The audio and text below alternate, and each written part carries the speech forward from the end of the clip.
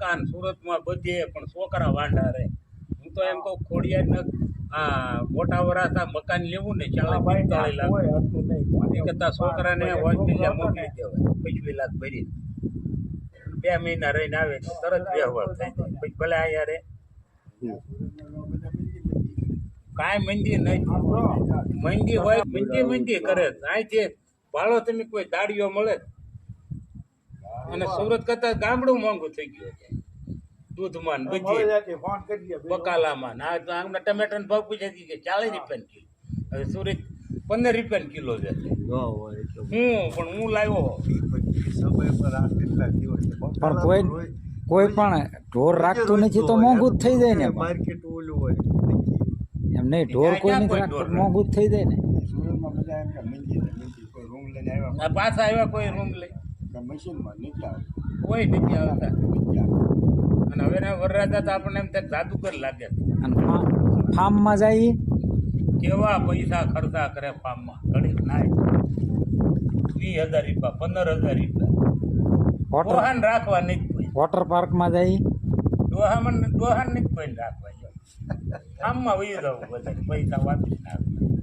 હા શું છે તમે એમ કરો ને ભેગા વૈયા કા આશ્રમમાં વૈયા જાવ આવું કરે બધા. આમાં કઈ જોઈ વાઈફાઈ જમાનો કઈ થઈ ગયો માણસ.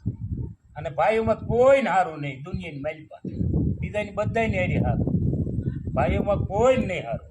ગમે ત્યાં જાવ ને તમે ઇતિહાસ આખો ઇતિહાસ દુનિયાની મારી પાસે કાઢી નાખો ભારતમાં. ભાઈઓ હારી કોઈ ને સારું. સંજોગ જ નબળા આવીને બેઠા હવે માણસ. શું કરીશું જો આમાં 100 ભાઈઓ હોય 100 ભાઈઓ હોય જમી ભેગી હોય કોઈને ખબર ન હોય મારું શેઢો ક્યાં આવે. ભાગ પડે પછી એકાબીજી શેઢા હાટું બાંધે. ઉલાને લઈ જાય તો મારો ભાઈ ક્યાં વાવતો આવે. ઉલે લઈ જાય મારા ભાઈ ફૂટા ક્યાં નાખે કાઢી નાખે. આવા ધંધા બધા રાજરા. હવે આમાં કઈ દોષ ઉઠતી નહીં. સુરત વાળાનું શું કહેવાનું તમે? સુરત વાળાને કાંઈ વાંધો નથી, લહેર કરે છે. પણ એક ડોલા આમ થોડુંક ધ્યાન દે ને તો સારું બધાય. બીજું કાંઈ નહીં. ડોલાને શું વાંધો છે? રેડી જ છે ડોલાને કાંઈ વાંધો નથી. તમે વૈયા જાઓ ને ટિફિન લઈ જે તમને નહીં ખબર ડોલાને હું વાંધો કરીએ છે ખબર 7 વર્ષના થઈ ત્યાં લગન ખબર નહીં. અને અત્યારે તો છોકરું જન્મે ને ત્યાં તો સદી 4 રાખે. અગાઉ ચડી આવી ગયો પેલાના શરીરમાં વેલ્વેટનું ગોદડું થઈ જાય. પેલાના શરીરમાં થતા આજમીને ઘરે નો ડોકાવા સારું કામ કર્યું હોય પાડીએ જ અત્યારે શરીરમાં કરે છે તો વાટ જઈને બેઠો હોય કાંઈ પાડીને ફૂટો બેઠો હોય.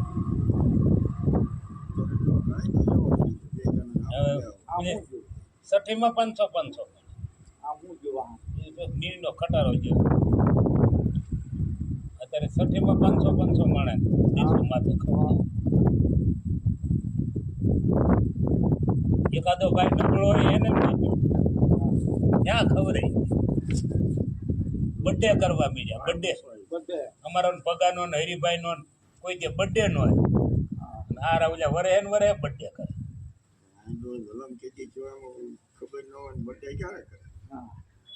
જલમ તો થયો જ હોય ને. જલમ થાય તારીખ તો લખી લીધી.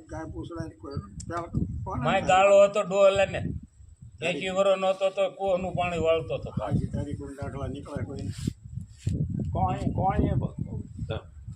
અરે પણ અમારે એક બાબા ભાત લઈને ગયા સાંજે વાળું લઈને અને અંધારું ગણનું ફાટલું જેને એમ કે મરસું નાખ્યું ત્યાં મુજબ ગણના ફાટલું ને તે ધૂળમાં જાય રોટલો. એ તો હારો ઘંટી વાળો છે તાજી ટાંકી લાગે. દિવાળી કરી તો એ કીધું બધા મરસું ઉલ્પા થાય આ તો ફાટલું ગણનું. આવું થાય. મરસું હવા જડતું મરસું તો હવા જડે કારે એટલે મરસો મોકલ્યા નહીં તે મરસા મોકલ્યા હતા ને તે ખબર કે આ મરસું અહીંયા પીડ્યું છે તોય ડોહલા રી ન કરે. હા તો રી ન કરતા એટલે હોજા હતા. અત્યારે ડોહલા હોજા જ છે. શું છે કે વંશ થઈ ગયા તે હોજા વાઈફાઈ જમાનો થઈ ગયો. હા વંશ થઈ ગયા. અને ત્યાંથી સુરતથી પાછા શું કે જાવ દાદા જાવ ખેતી બેતી સંભાળજો ને ધ્યાન રાખો ને હા, કપાસ ધ્યાન થાય રાખો. ને હા. ફાર્મી દેતા હતા મફત દેતા હતા તો પાછા ઈ વાવવા આવ્યા હા ભાગ્યા દીધા ને ભાગ્યા ભાગ્યને દઈ દેજો ને તમે ધ્યાન રાખજો બાપો એકલો અપના ઘરમાં ટિફિન લાવીને કાંઈ બિચારો એ બાપો એવો પાછો એક ટકનું ટિફિન લાવે 2 ટક ખાય ભાઈ મીરી ધાન હાર આવી ગયા